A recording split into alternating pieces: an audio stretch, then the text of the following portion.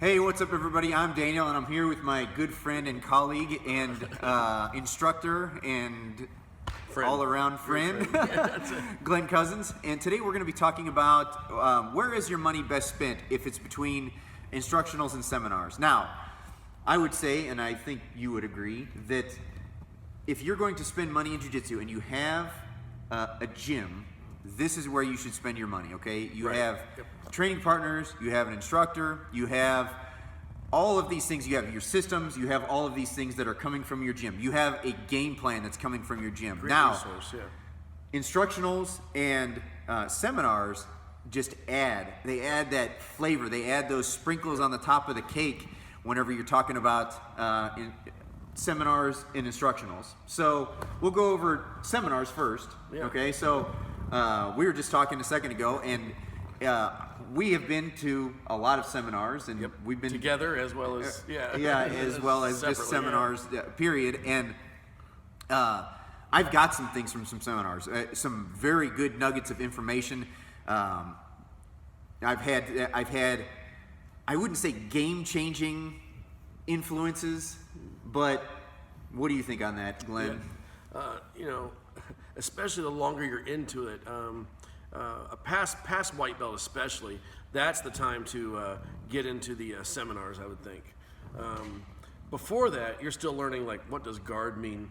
What does, where is the mount? I don't know. It's upside down mount? What is it? But I think that after white belt, once you've got oriented to the art or the sport, whatever your flavor is, at that point, you can say, okay, I'm going to a seminar, and whatever they give you at that seminar, sidebar, take notes. Bring your notebook, take notes. If you pay $50, you pay $100, you pay $500 for that seminar, take away $100, $500, whatever dollars worth of information that they're giving out. No sense in going there, and they're going to flood you with information. Many of them will give you way more than you can handle. But if you write it down, you will take it all back, especially if you go with a partner. So anytime we go somewhere together, we do that. Back to the thing. So past blue belt, you know where to put it in your game at that point. You may not know even what an Americana or a Kimura or whatever. So if you go to a Kimura seminar and they're like, oh, here's one from guard, here's one from side control, here's how we get it when we roll out, and on and on and on. At that point, if you go there before that, you're like, wow, I don't even know how to shrimp well yet, and I'm trying to retain guard, let alone going after a submission from there. So I think Blue belt and above. Blue belt and above. Be a good time to go to the seminars. Yeah, I think so too. I don't know what seminars you're going to for $500, but golly, I don't know. Who is attending that? That's a good one. I will charge that much. Yes, but I won't go to one that much. Yes.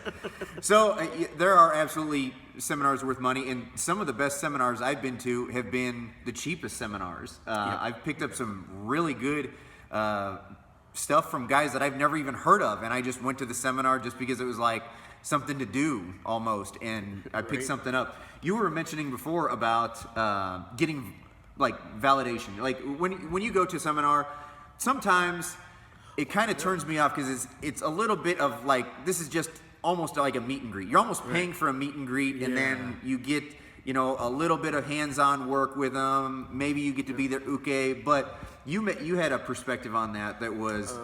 you're going to learn one of two things. You're going to learn either something new, so you're like, oh, wow, I've never seen that detail to the armbar before. Or you're going to learn that what you're doing works. And there's the validation. If this guy's going to put on an armbar clinic, and let's say it's 2, 3, 4 hour armbar clinic, ideally this person's going to be very good at that armbar. And when you go there and you're like, oh, this is the way that I hold it. I hold it like this versus pushing versus pulling versus tucking. And when you learn those little details, if you're already doing all of those and you see this guy who's maybe world-class armbar guy, that's why you paid to go there, and he's doing the same thing, that's the validation. Like, wow, I'm training the right way and doing the right things. And ideally also, I believe you would find at least one more detail to throw into your 30 other details to your armbar. And you're getting instant feedback. Instant feedback. Yep. So now onto video instructionals. What do you think about video instructionals? Oh, I think they're great. I think that as far as concepts to submerge yourself into a subject, Again, let's talk about arm bars or something. At that point, you're seeing a belly down arm bar, a guard arm bar, a side control arm bar, an S-mount arm bar, a mounted arm bar. side-mounted armbar. If this guy throws whoever's doing the video does that, and if you're missing one of those or missing maybe a portion of detail from that, you're probably going to pick up a good principle from it. Whether they're a principle-based instructor or not, you're going to pick up a principle of, oh, here's where the lever is, here's where the grips are, and they're probably going to throw their flavor of detail in. And again, ideally, you would pick a video that's probably from someone who is world-class or someone who's studied a very long time. Right. And, I think that we've seen world-class guys who are world-class competitors that are not world-class instructors. Right. And then you see some guys that never competed, i.e. John Danaher, who is an amazing instructor, who can describe all of the principles. Yep. One of the things that I like the best about Instructionals is when I'm trying to emulate, let's say I'm trying to emulate Gordon Ryan, which is really close, right? I'm like right here. Just there, yeah. So whenever I'm trying to emulate Gordon Ryan's open guard, that's what we're doing right now, is open guard. I'm trying to emulate his open guard, and I keep getting it passed. I can go back to the video and be like, hey, what am I doing here? And then I can watch it and be like, that's it.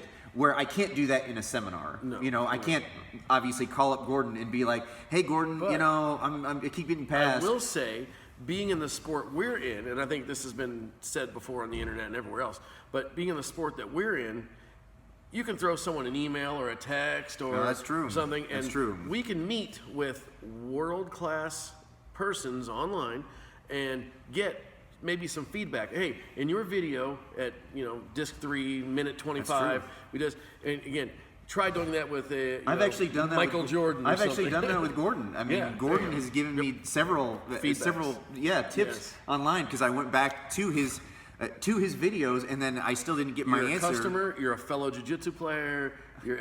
What's there not to be in common? Well, I don't know. It's incredible that we have that technology today. Well, anyway, it's a grassroots sport. So between the two, if you have $100 to spend, okay, and you can go to the seminar of your liking or a video instructional of your liking, which one are you going to spend it on? It depends where I am in my jiu-jitsu career.